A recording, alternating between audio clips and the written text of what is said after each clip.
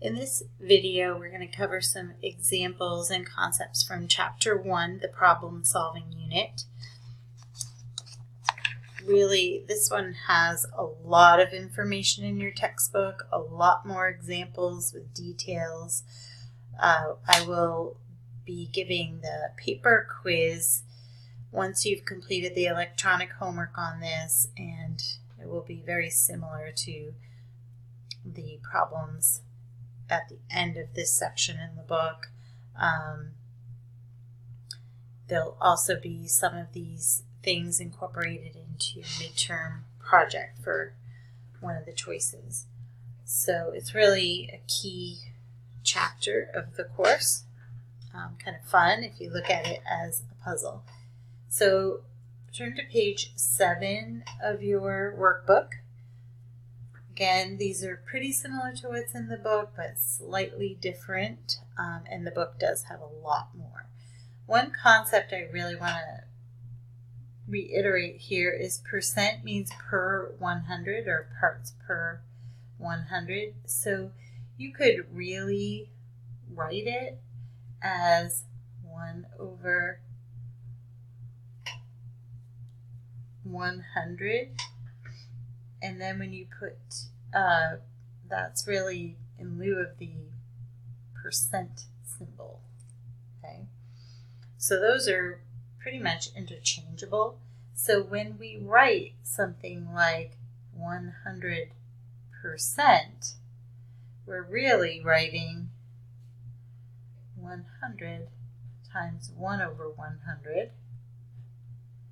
And that, when we reduce out this numerator with the denominator, equals 1. And it makes sense if you have the whole thing, you have 100% of it. But mathematically, we'll sometimes need to replace a percent symbol with 1 over 100. And when we're converting from decimal to percent, just always think multiply by 100%, because that's the same as multiplying by 1, and you haven't changed the value. If you forget to put the percent symbol, then you have changed the value.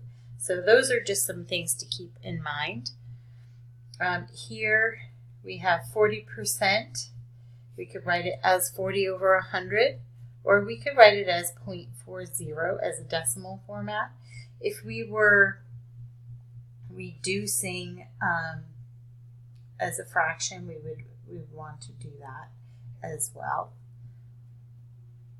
So here's some different forms that are all equivalent things to say. If I wanted to write it as a reduced fraction, I would have 40 over 100, and right away I could reduce out the zeros.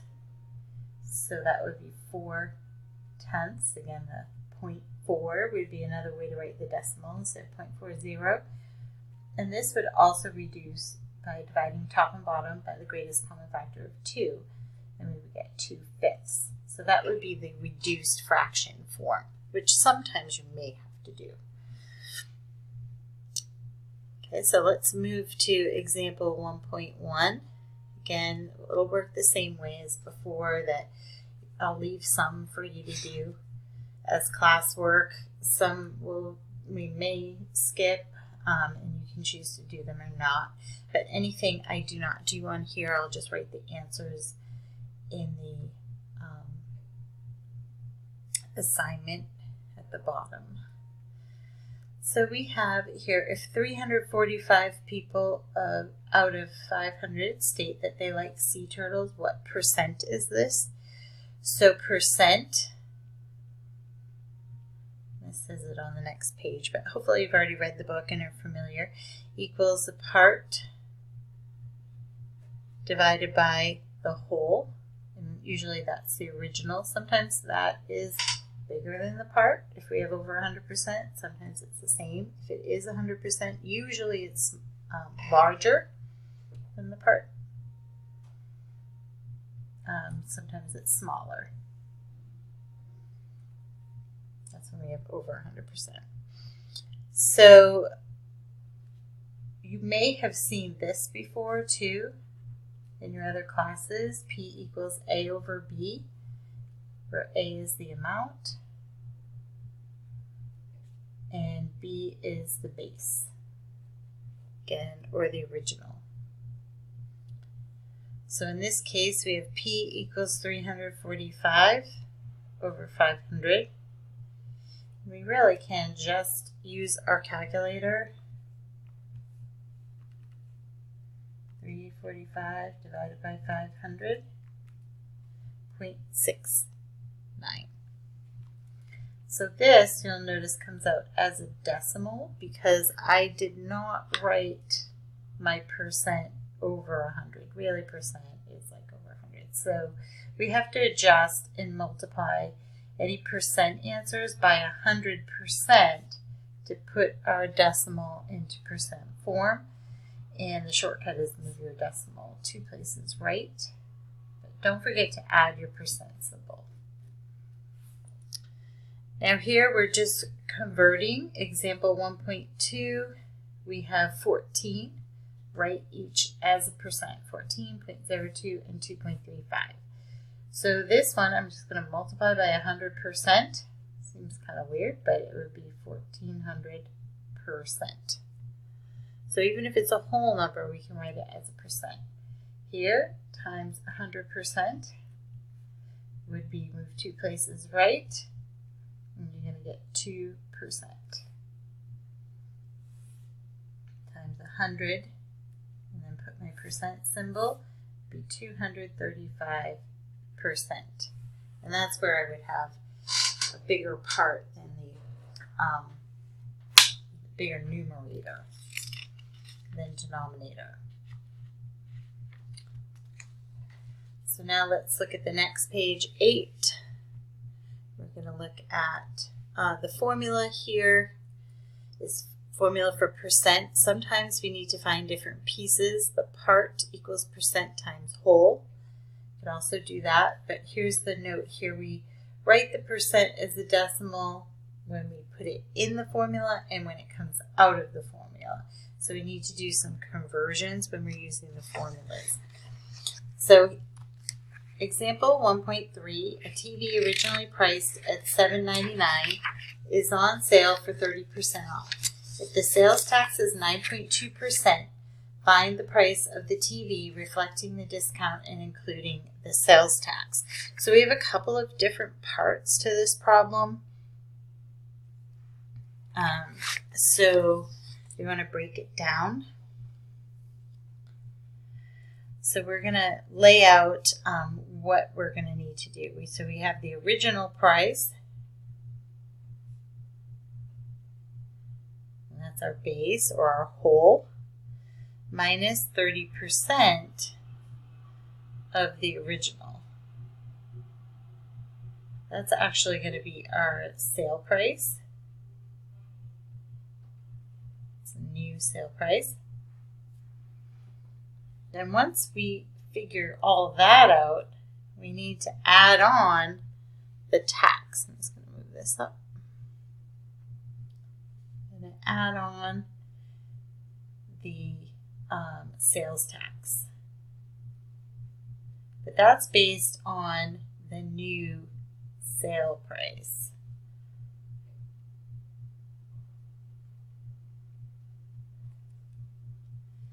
So to figure all this out, we have our original price, which is $7.99, and we're going to subtract 799 times 0.3.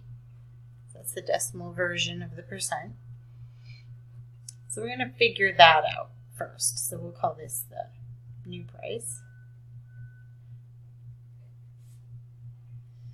You could also just say, well, if I have 30% off, that means I'm paying 70%. So you could multiply the $7.99 just times 0.7 and you'll get the same answer. That's a quicker route to do it. I just want to show you what most people probably would do at first. $7.99 times the 0.3 is what we're going to discount as, and that's 7.99 times 0.3 is 239.7.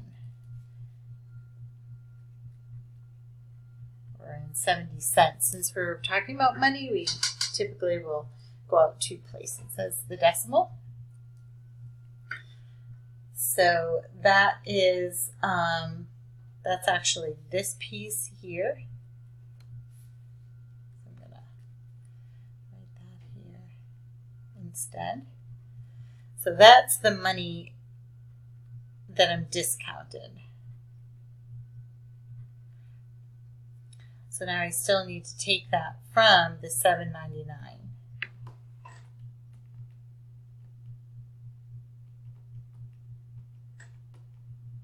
And I will get a new price of $559.30. So this is the new price. To figure out the final answer, I need to take that new price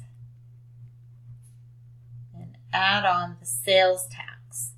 And the sales tax will be the new price times the 9.2%, which is going to be 0.092 as a decimal. Let's move 2 places left. So make sure you get that 0 in between there.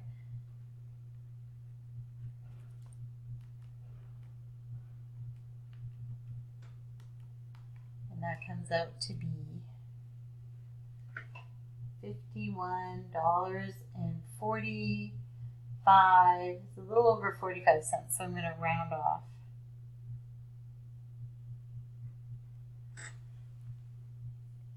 And I have to add that to my price. So this is what I'm really going to pay at the register.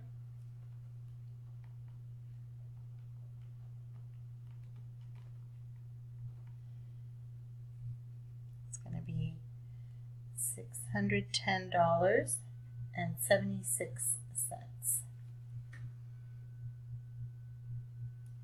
is the total price. So we can just kind of add a sentence there to make sure that we have it all in context.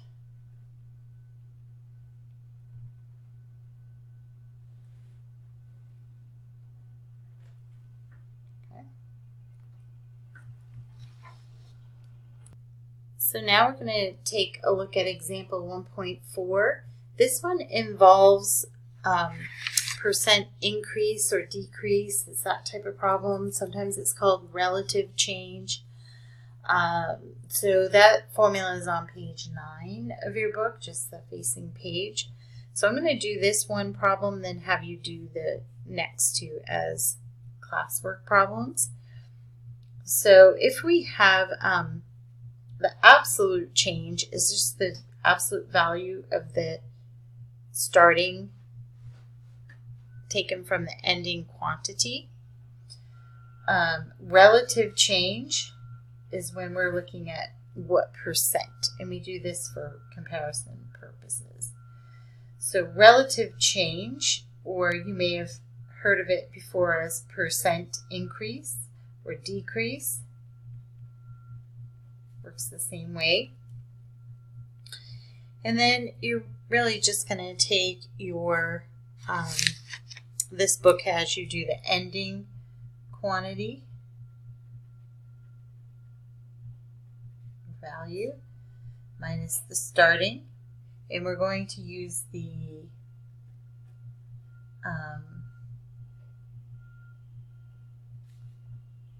absolute value symbols, and all that will be divided by the starting quantity, which you had originally.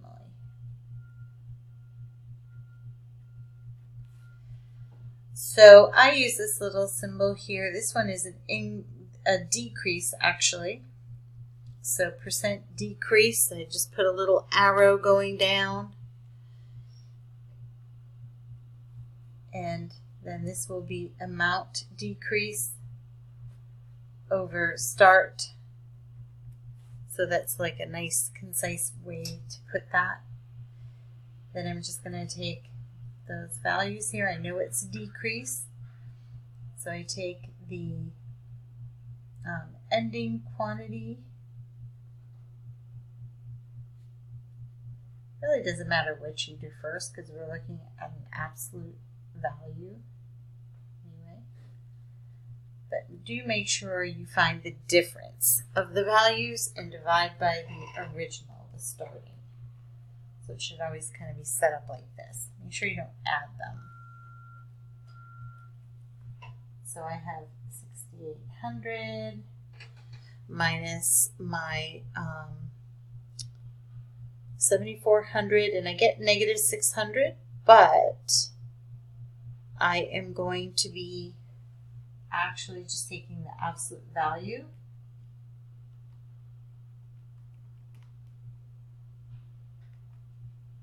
and then divide by 7,400.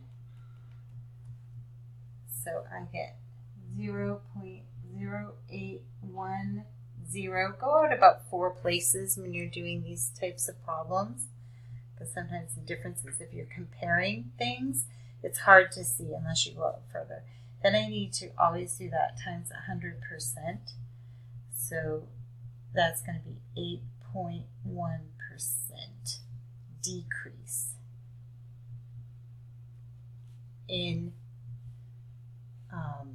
value. So just like a brief little phrase or sentence to give some context whenever it's a word problem. And so this video is getting kind of long, so I'm going to leave these for you to do on your own. As long as you do one or the other, that's fine. I just want to see some of your work. Again, I'm looking for about 80% completion level on all this stuff. I know some you might get stuck on. So after you do those, we'll go on to page 10 and do proportion and rates. Thank you for watching. Let me know if you have any questions.